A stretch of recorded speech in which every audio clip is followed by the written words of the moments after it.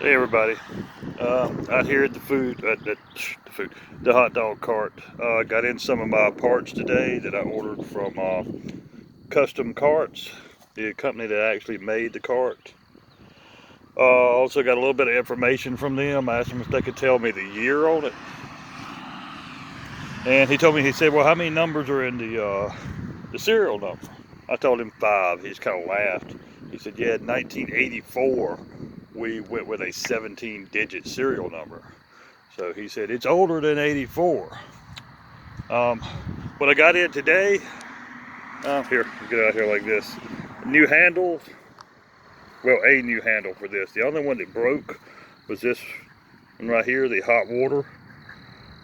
When I first got it, tried pulling it, it was dry rotted and snapped right off. There it is. I had to do a little bit of adapting to get this one to work, because this is the newer style, which has the pin that goes through it. This one, how well you can see, it actually didn't have a pin that went through it. It was 2 pieces that met in the middle. It's actually 1 piece, but when it was new, it was soft enough plastic to where you could just push it over the centerpiece down in here and it would have locked in. And it wasn't a hole going all the way through that. I had to take this pin here, heat it up, and pushed it through, and it worked perfect. If you know anything about food services, these have to come off every single day, have to be taken apart, cleaned, and sanitized. This one doesn't look the best in the world, but I mean it's holding up. I mean, these things aren't cheap, so for now, I'm not getting another one.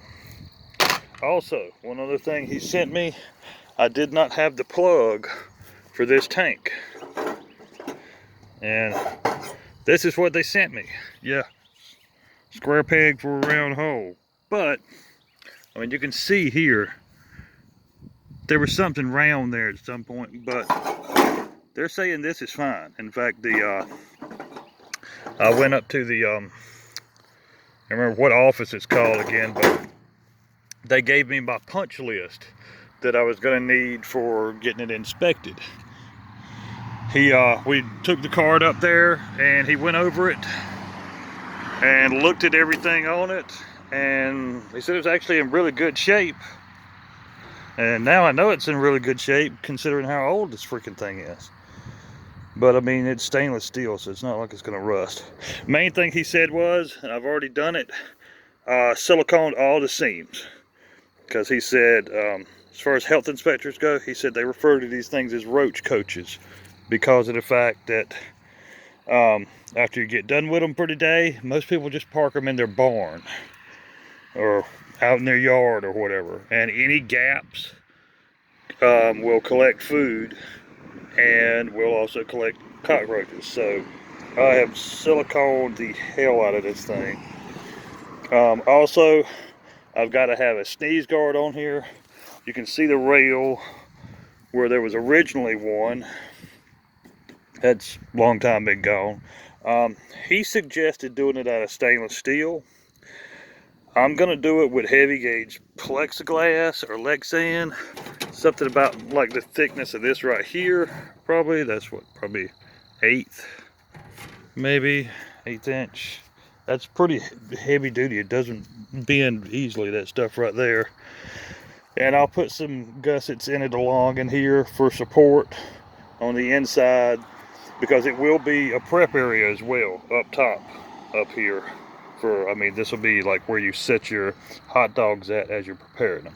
The reason why I want to do plexiglass instead of stainless, working in the food industry as long as I have, I know the customers around here.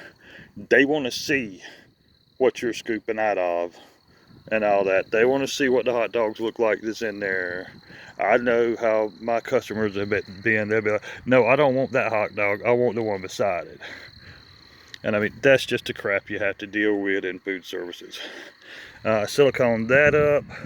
It's ugly, yes, but our menu will be hanging right on here anyway, because that was one other thing on the punch list. You do have to have a menu, and you have to have all your prices listed.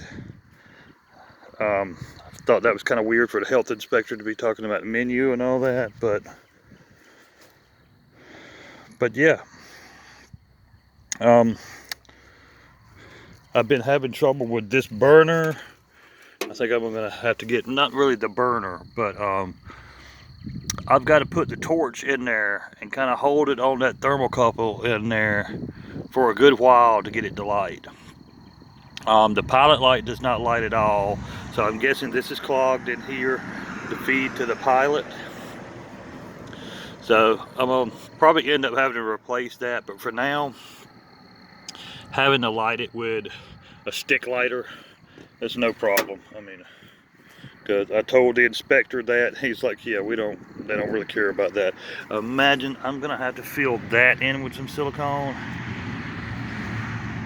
Yeah, that's a little road rash there is what that looks like. It's scraped up against some kind of concrete wall, or either it turned over or something, but it don't look like it ever turned over. The pumps should be here any day.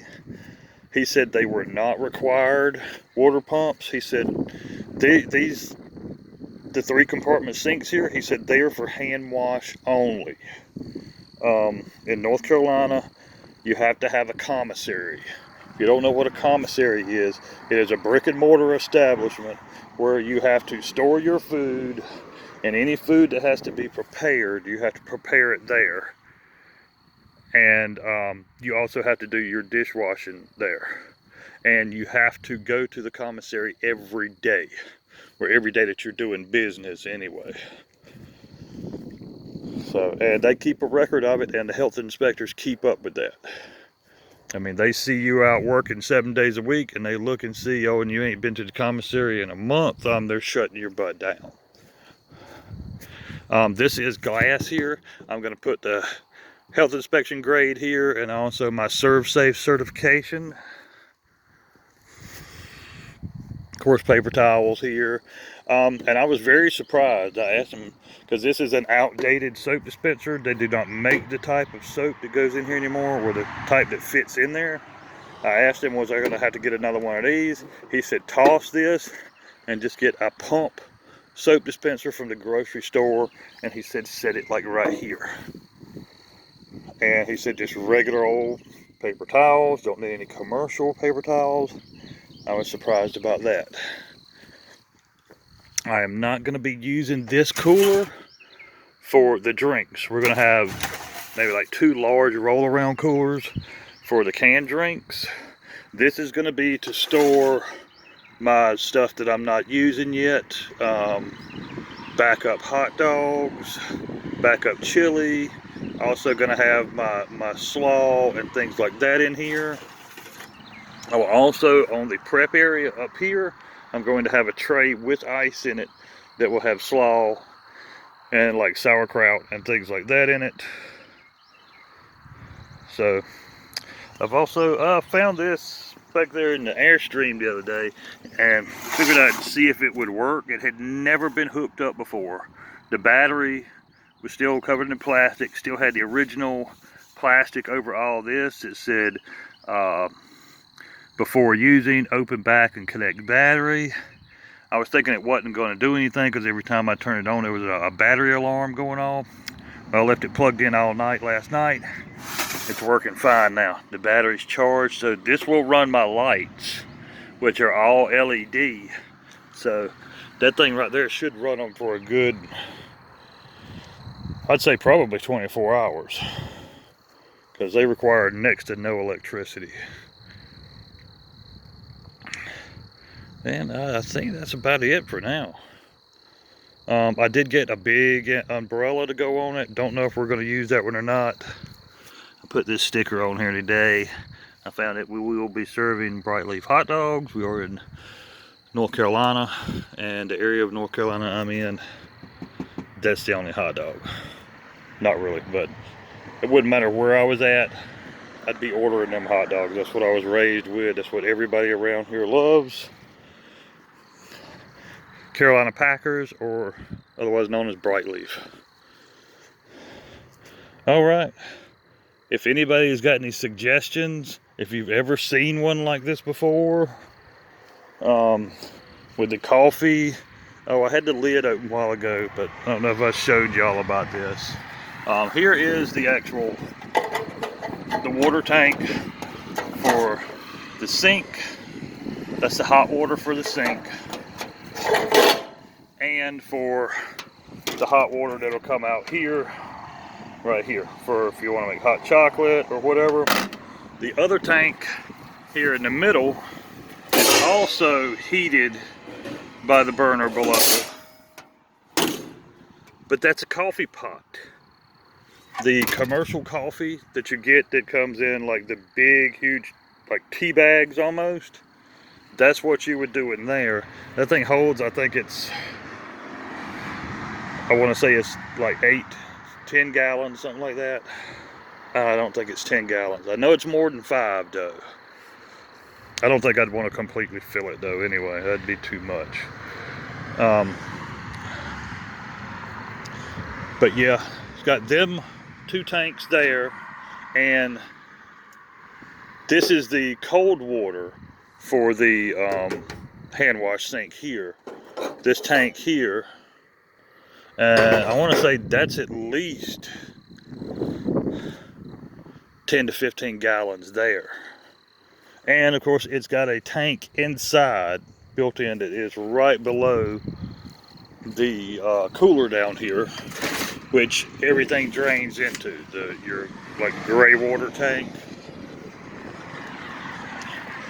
And I want to say it's big enough to where you could drain all 3 of these tanks into it before it would be full.